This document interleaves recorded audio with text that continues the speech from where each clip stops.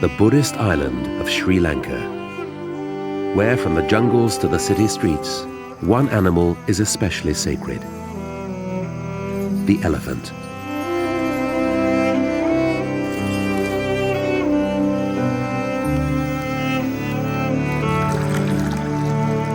Even today, an elephant is welcome to visit a shrine for a blessing. Elephants and humans have lived side by side for thousands of years.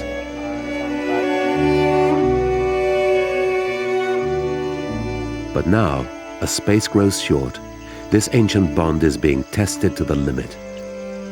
In some parts of Sri Lanka, wild elephants are making their last stand.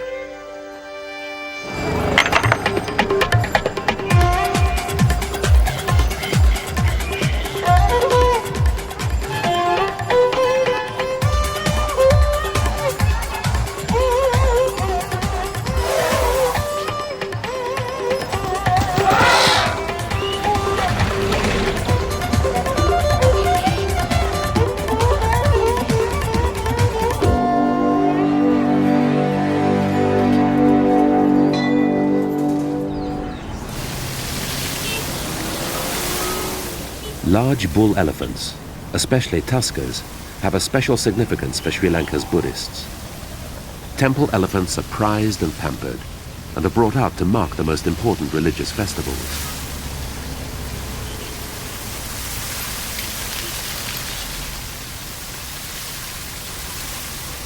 Huge males like this may kill several devoted handlers during their lifetime.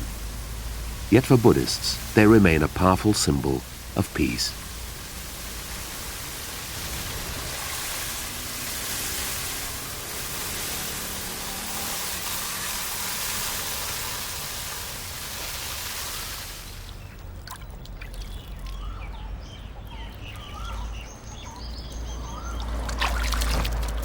Up to half a century old, these veterans are at the heart of Sri Lankan culture.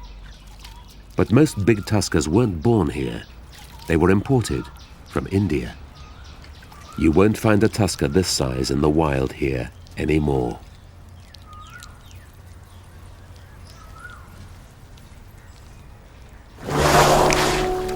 In fact, a pair of tusks, the elephant's trademark all over the world, has become a very rare sight indeed.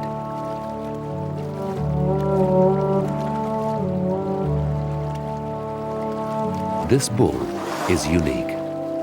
He is the last tusker of Udawalawa National Park, one of the few remaining strongholds of Sri Lanka's wild elephants.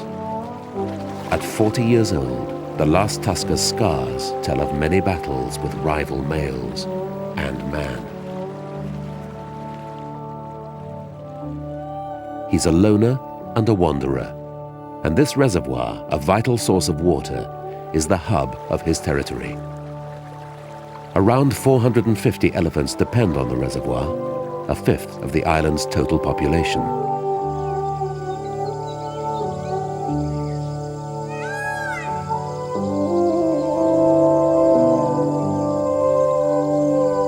Like all mature bulls, the big male walks alone. But his females and young start their day together.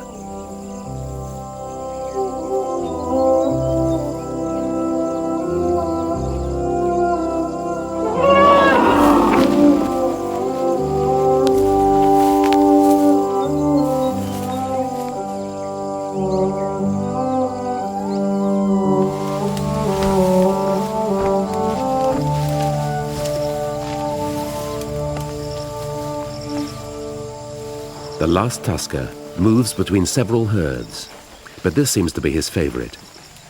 Day-to-day family life is run by the matriarch, Ragged Ears. She's pregnant. Female Asian elephants don't have tusks, and even the sons of the last tusker are unlikely to develop them. Tuskers have never been common on Sri Lanka, and today they've almost disappeared. No one knows why.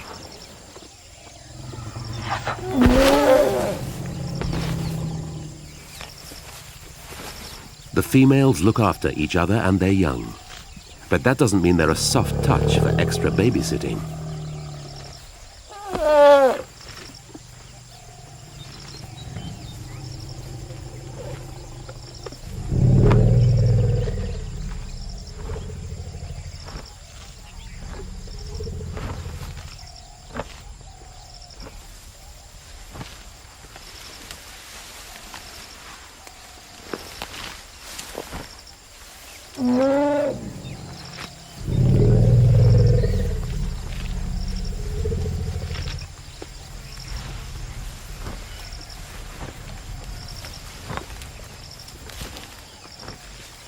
With a new baby in the group, top of today's agenda is water. Overheating and dehydration is a particular danger for the young.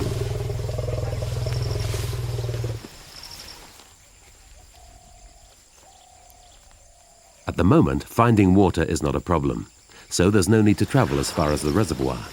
There's been plenty of rain and all the water holes are full.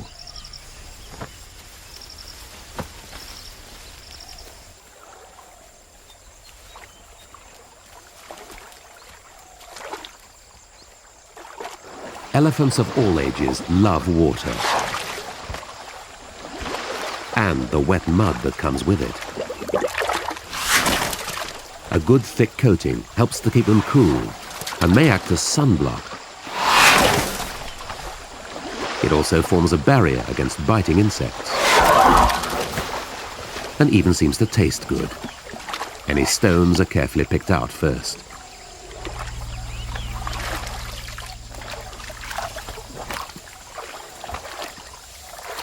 But never mind the technical details. It's also just really good fun.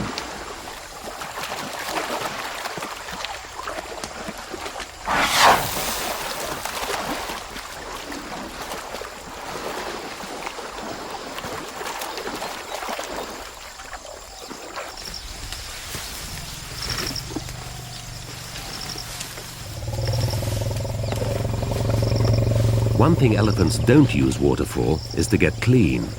The opposite, in fact. And once they've finished the mud bath, a shower of dust adds the final touch.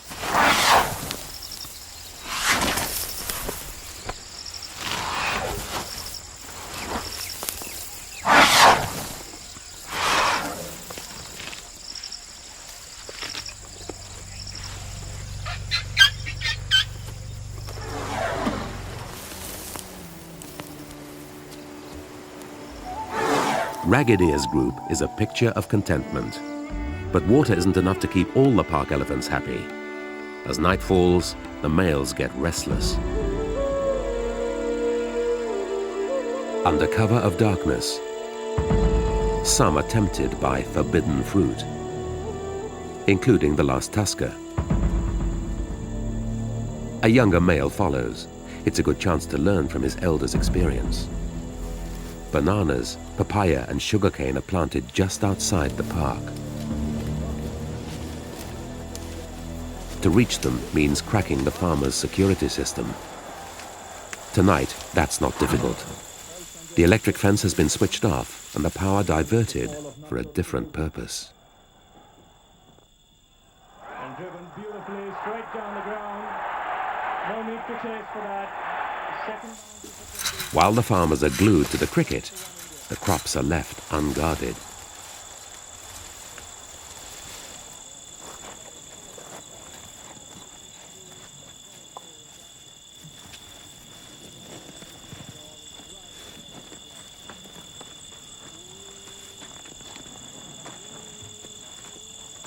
Elephants have a sweet tooth.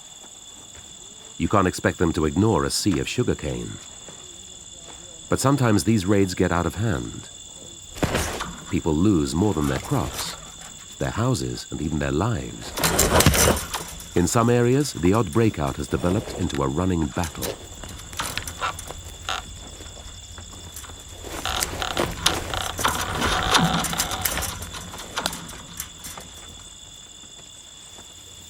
Around 50 people a year are killed by elephants in Sri Lanka. Their only defense may be to kill the elephant first.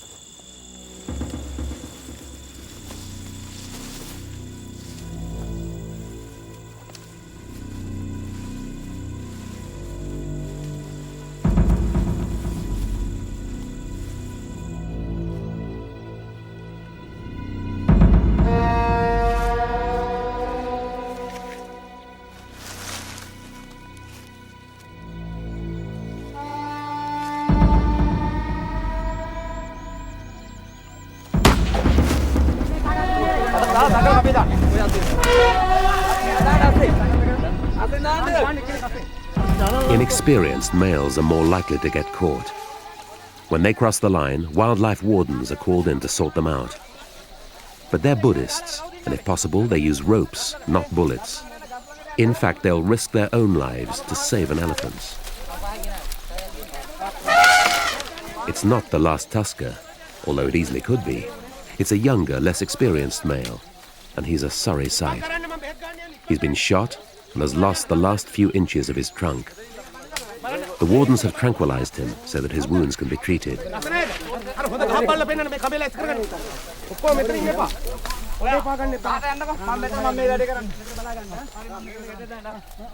Last night, this bull was terrorizing local people. But it seems he's already been forgiven. Villagers are quick to bring him food and water.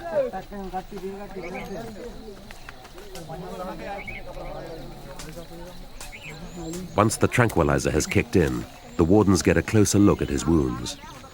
They're already turning septic, so there's no time to waste.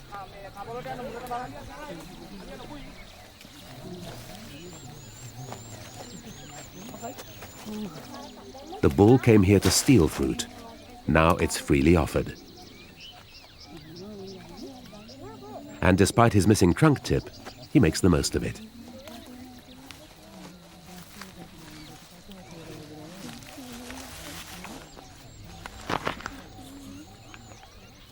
But he's looking groggy and increasingly weak, which is a dilemma for the wardens. What he really needs now is to cool off after the stress of being captured.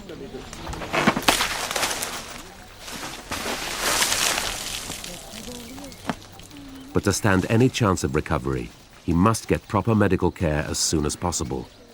And that'll mean a journey of several hours by road.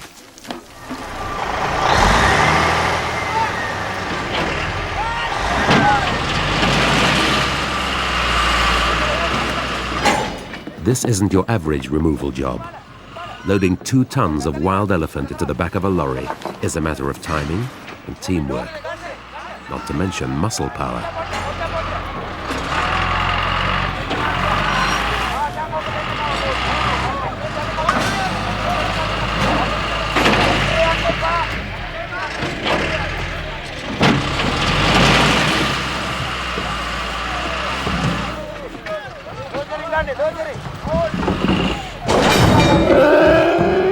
The injured bull is looking weaker by the minute, and everyone's working as fast as possible. His wounds are constantly sprayed with fresh antiseptic.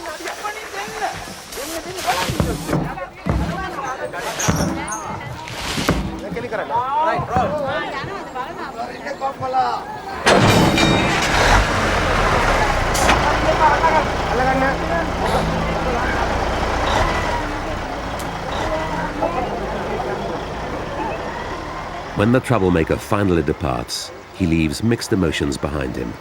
Fear and respect, an age-old combination here. But where can such a down-and-out go now? Who will take him in?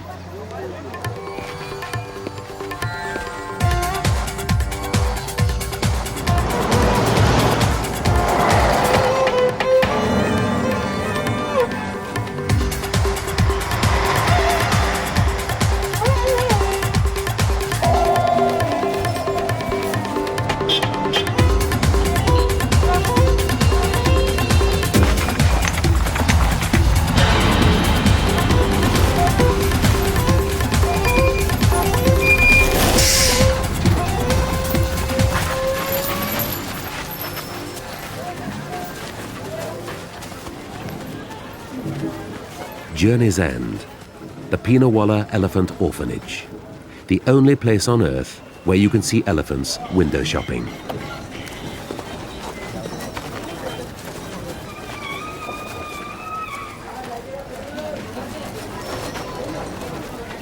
This herd of 60 females and their babies ambles up and down the high street twice a day between the orphanage and the nearby river. Not so long ago, most of these elephants were roaming wild, but they've adapted well to captivity, perhaps because they're used to following matriarchs like ragged ears.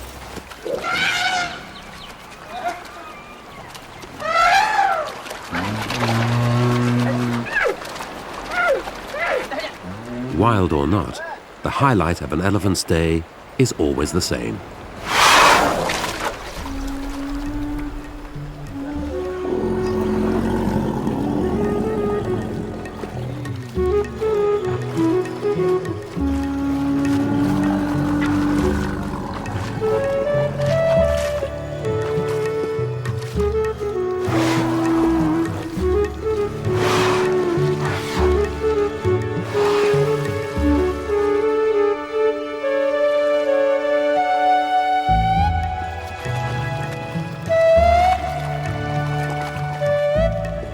There are advantages to being kept.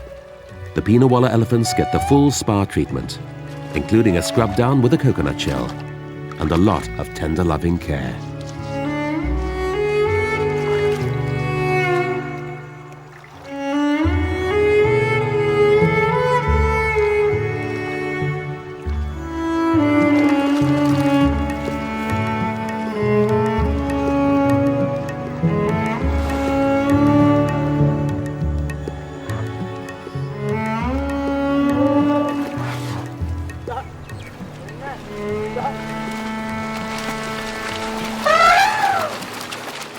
All in all, the orphanage elephants seem remarkably happy with their lot. But if they did decide to make a break for it, they could crush these stalls like matchsticks.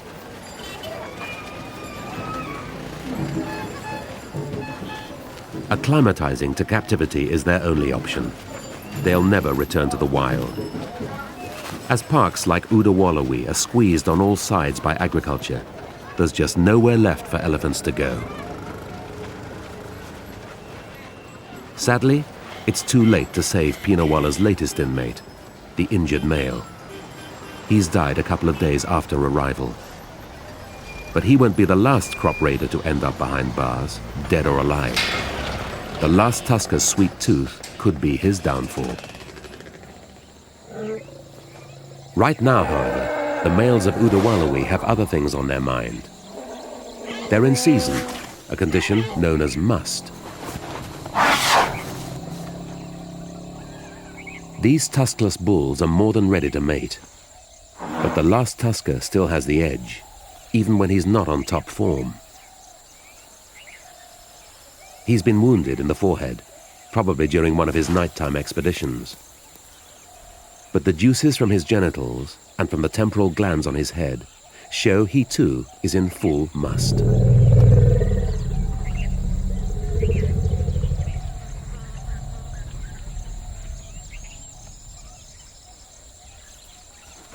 The tuskless males have fought over a female, and the winner is gearing up for action. But he's too slow. The master appears, ready to show them both how it's done.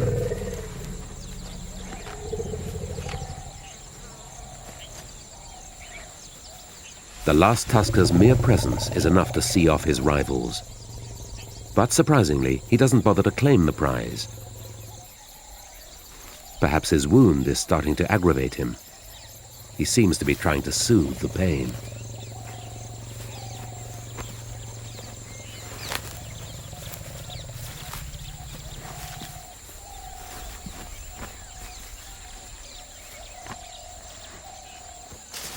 In nearby teak woods, smaller males are also getting excited, but they don't really know what about.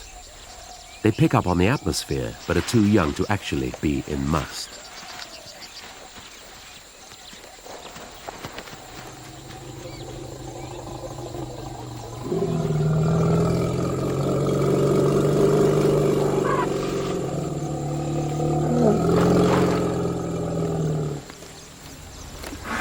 The bull that missed out earlier hasn't given up. He's not just venting his frustration here. He's dishing up a gourmet meal to attract more females. And his ploy looks like a raging success.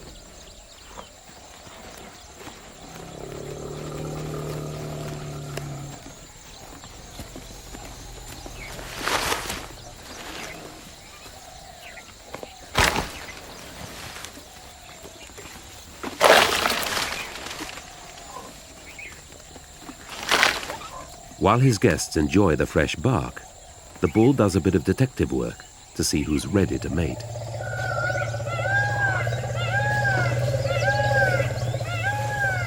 he's in luck. But then, yet again, he's pipped at the post. This time, the boss may have to do more than just look intimidating. But is he strong enough at the moment?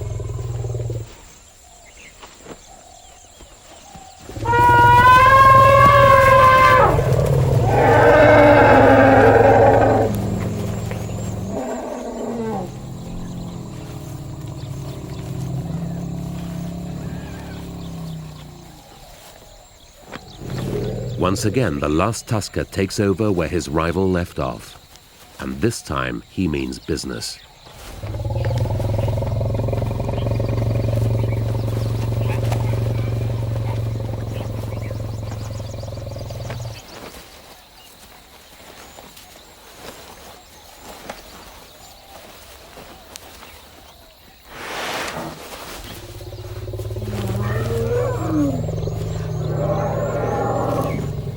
Two-thirds his size, the female has to support the bulk of this massive body.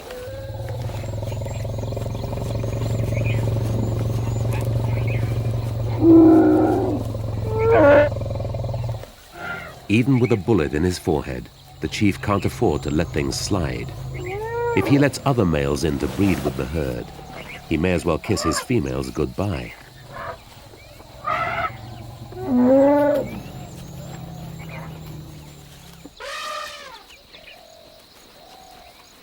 One of these boisterous teenagers may eventually be the Last Tusker's successor, but not yet. It'll be many years before they're ready to launch a serious challenge. For now, the young males don't have to compete, so they're free to just enjoy each other's company.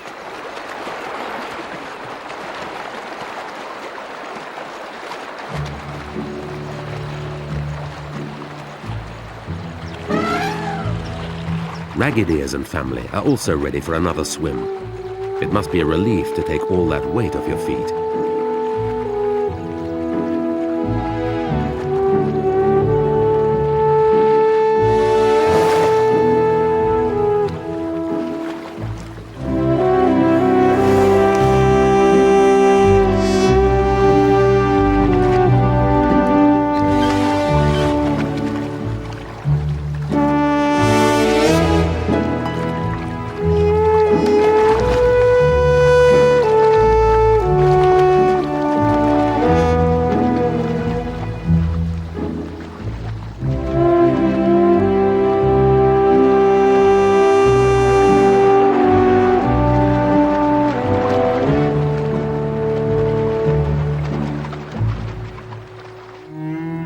As usual, the big male likes his own space. His injury hasn't put him off his stride so far, but is it just a matter of time? Any sign of weakness will be seized upon by other males.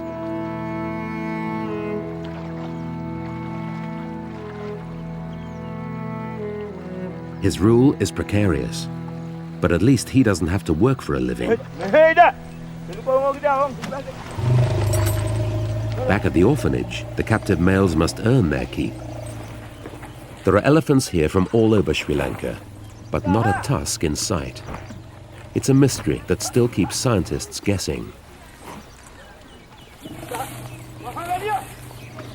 The males begin their working day by ferrying food to the females and young. These powerhouses can shift an incredible weight.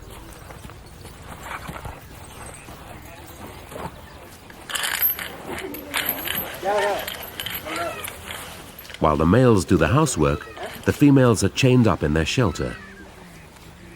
They stay here until breakfast is over and the males have gone back to their own compound.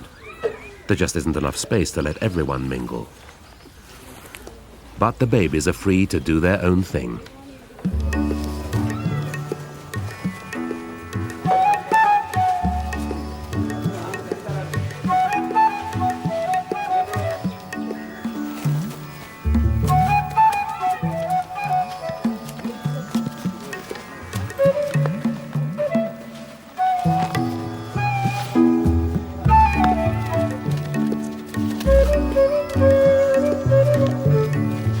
His football skills may be improving, but he's no nearer opening that coconut.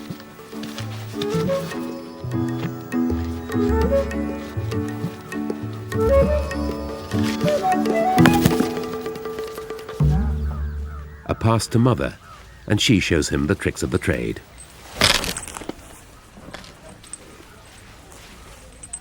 One of them is finders keepers.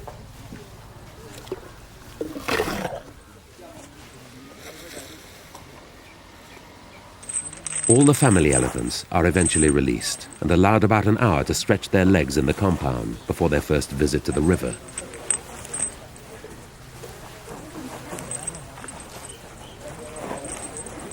Even though most of these elephants aren't related, they formed a close community, just like ragged ear's family in the wild.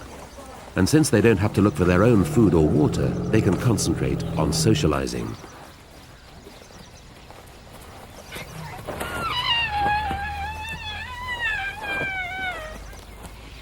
When this place opened 10 years ago, it really was an orphanage. Now it takes in elephants for all sorts of reasons, but all the inmates have trodden on people's toes in one way or another.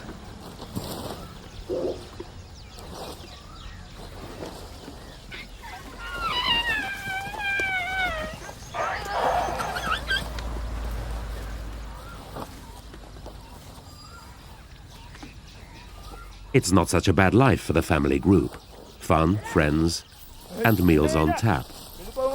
The only thing missing is freedom. But the males don't get such a good deal. Even when they've finished work, they can't be left unchained. They're just too unpredictable.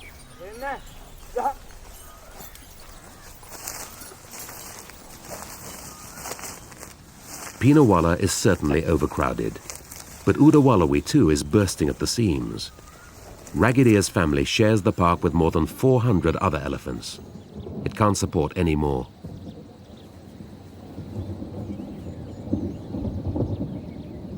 For the wild elephants, the approach of rain is a joy. More rain means more grass. Good news for a family that spends 16 hours a day just feeding.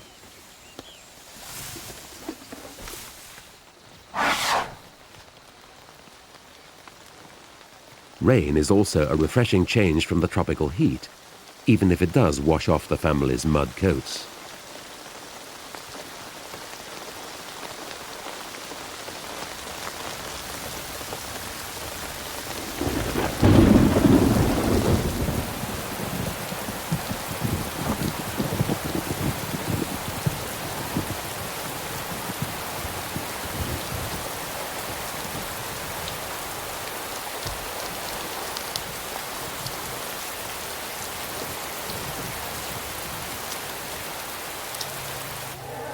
The Last Tusker is looking almost sprightly.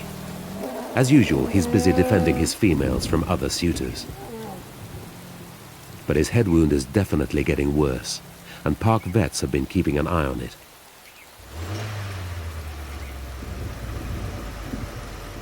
They can't risk leaving it any longer, and decide to treat him with antibiotics. To do that, they have to get close enough to fire a dart loaded with medicine, which isn't a job for the faint-hearted.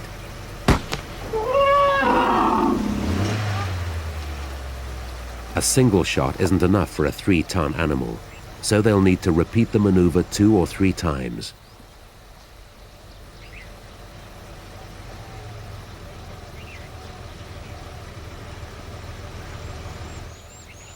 The youngest members of the herd are oblivious to their father's drama. In the cooler weather, they've got even more steam to let off than usual.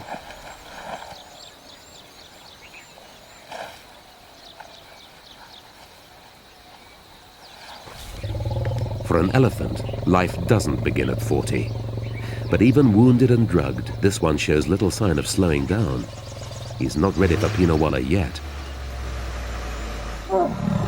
And neither is Ragged Ears.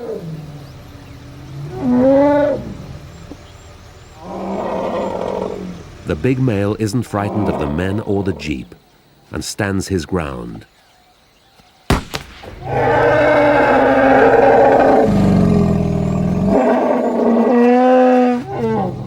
But a needle in the rump is another matter.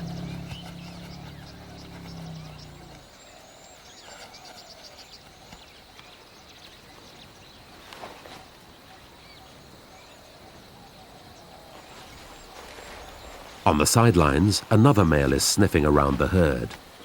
With the boss temporarily out of play, he might get lucky. But nothing gets past the Last Tusker. This whippersnapper is cruising for a bruising.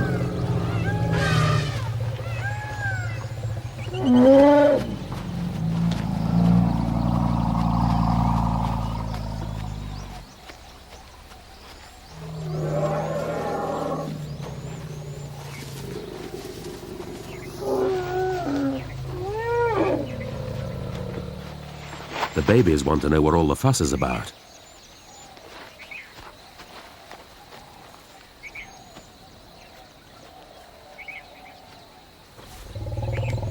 Job done, the chief returns to his herd, and the females accept him as usual. After all, those tusks are probably irresistible.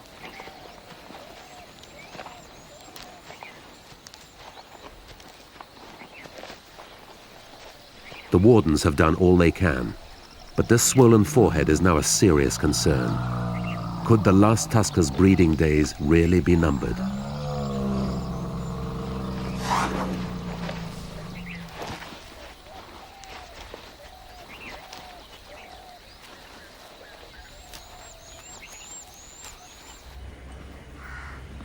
In Pinawala, new babies are rare since males and females rarely mix. An elephant's pregnancy lasts almost 2 years.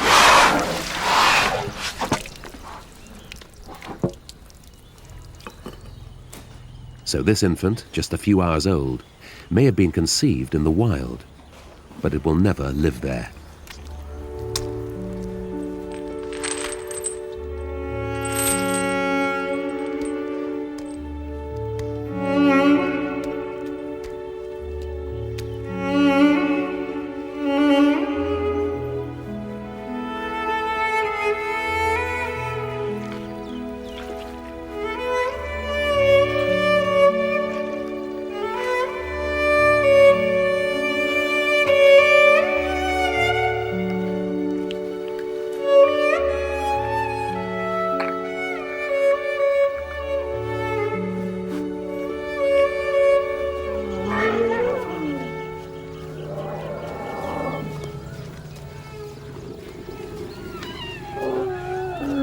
A few days later, the baby is ready for its first big event, an introduction to its large and curious community.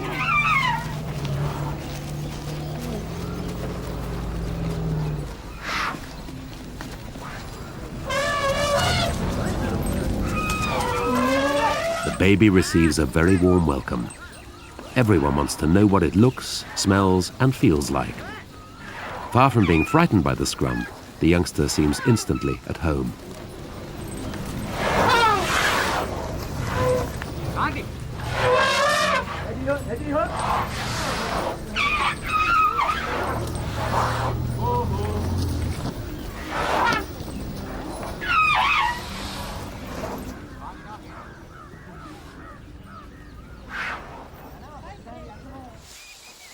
Back in the park, Ragged Ears has also given birth.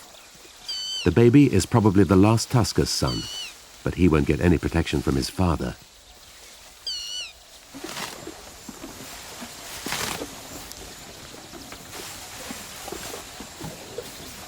He hasn't come at an easy time. For now, Ragged Ears has plenty of milk, but to keep it coming, she's got to get plenty to eat herself, and the food supply is starting to dry up.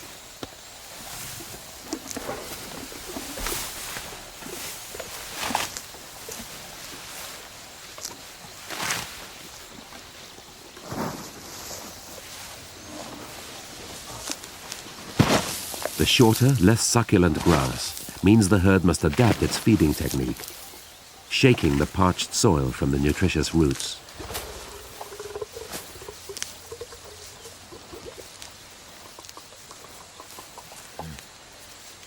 Doing the twist takes on a whole new meaning.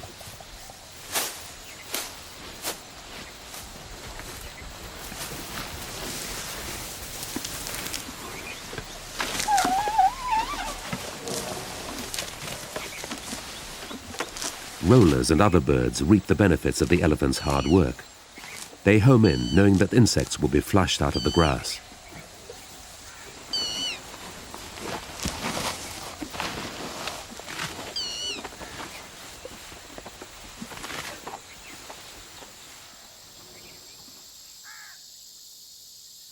There hasn't been any rain for weeks now. As the drought continues, the park bakes and the waterholes disappear. And that leads to another danger for the herd: bushfires.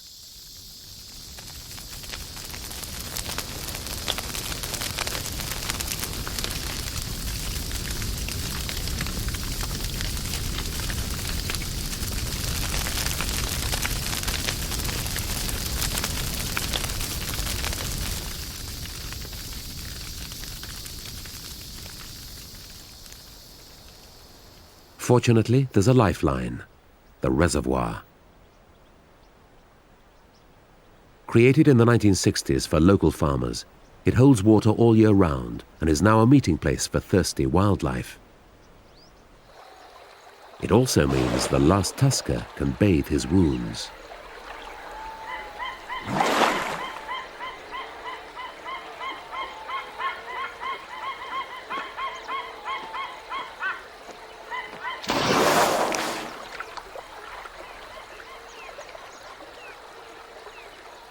In spite of the antibiotics, the lump on his head is getting bigger and more inflamed.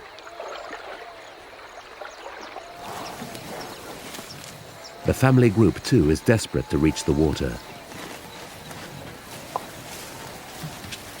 Because of the baby, they need to visit the reservoir several times a day. In the rush, one infant gets separated from its mother. Panic-stricken, it runs to a couple of teenage cousins, and they take it under their wing until the mother comes to claim it.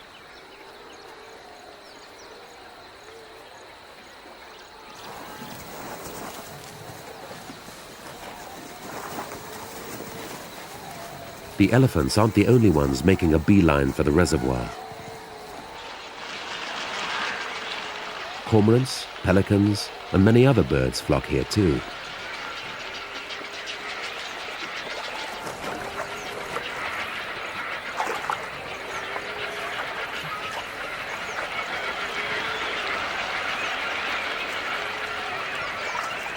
While the elephants quench their thirst, the waterbirds feast on shoals of stranded fish.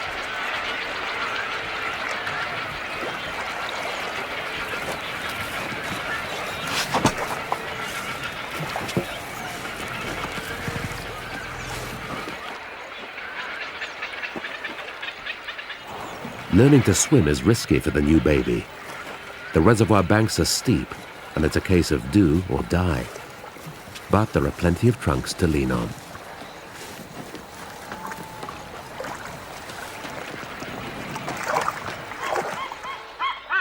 White-bellied sea eagles come to fish and spook the other birds.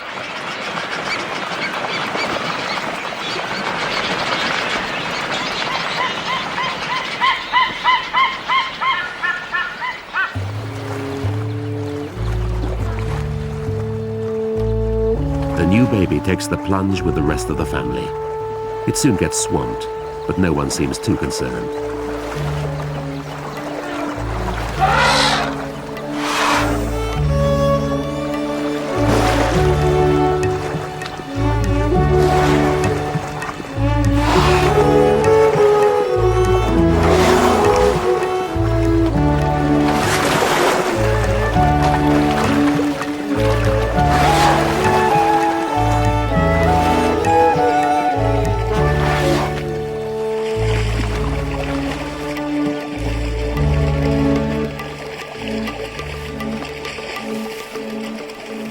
Time to get out, and still no sign of the Last Tusker's tiny son.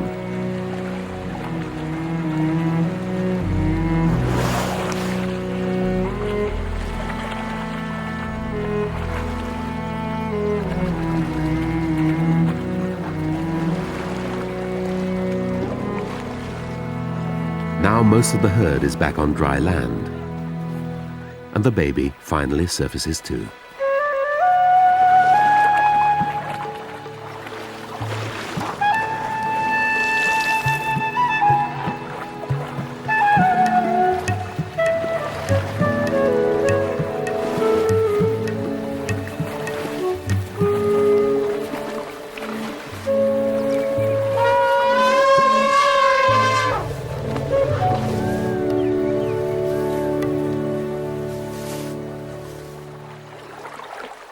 The big male is still enjoying his dip, but his females and babies have moved on to the next job of the day, putting on a brand new mud coat.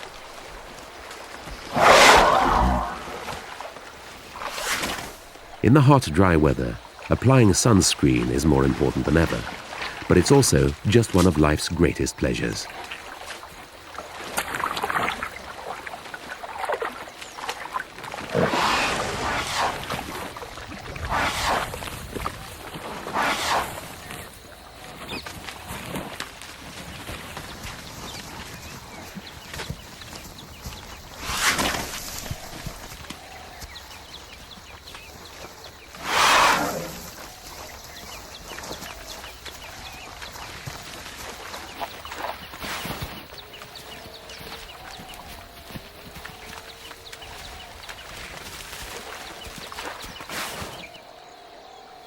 Eventually, the Last Tusker rejoins his family. But once again, he's got competition. And this time, he seems unable to summon his strength to see it off. Perhaps it's just his injury. Or maybe he's starting to feel his age.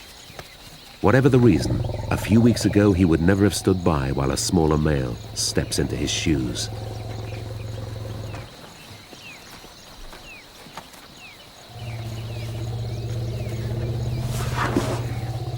This could be the start of a new era for the herd, and the end of the Last Tusker's reign.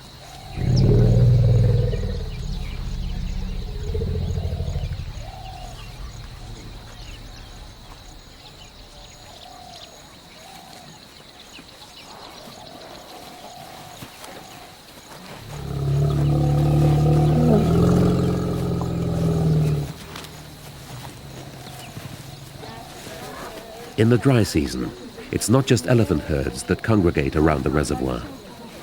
Crowds of tourists visit because it's a good time to spot the animals when they come to drink and bathe.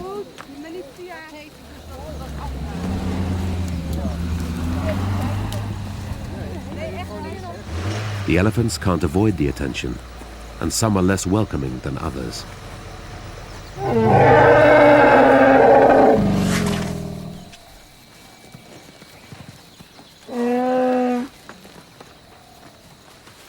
But most of the herd are old hands when it comes to dealing with humans, and have learned to get on with business as usual.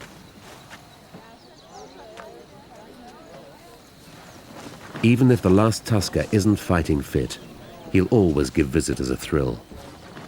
But one crop raid too many, and he could end up pensioned off in the orphanage.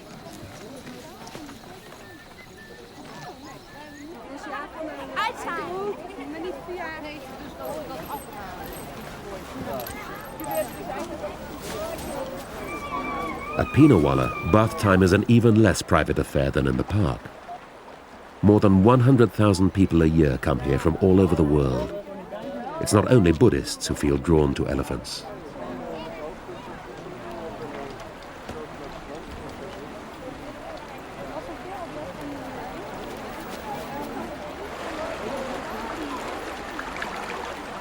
Of course, the star attraction is the smallest resident. Luckily, it doesn't seem to mind the paparazzi.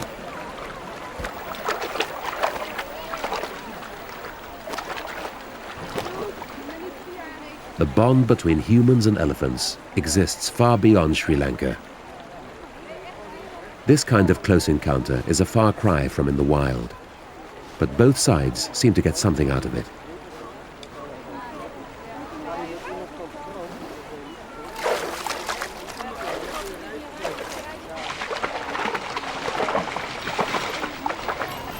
In the orphanage, in the wild, or in the heart of the city, life for Sri Lanka's elephants is getting very complicated. When this temple elephant was a baby, half a century ago, it was one of around 10,000 elephants on the island, living alongside 3 million people. Today, there are more like 3,000 elephants and nearly 20 million people.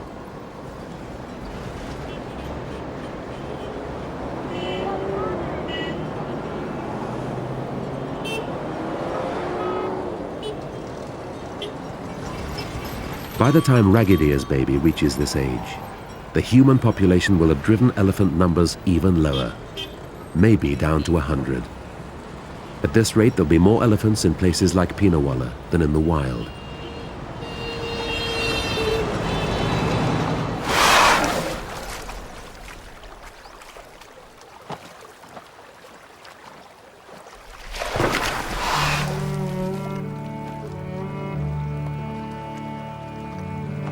This is the Last Tusker of Udawalawa, and when he's gone, nothing like him may ever be seen here again. No one knows why so few Sri Lankan elephants grow tusks, or whether it even matters. It's unlikely to be the biggest problem facing Ragged Ears and her family.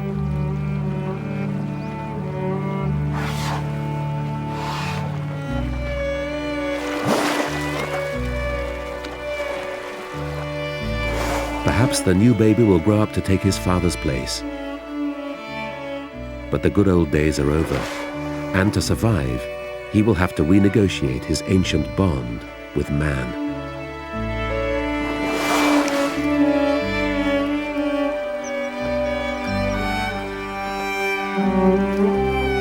Everyone loves elephants, but will that be enough to save them?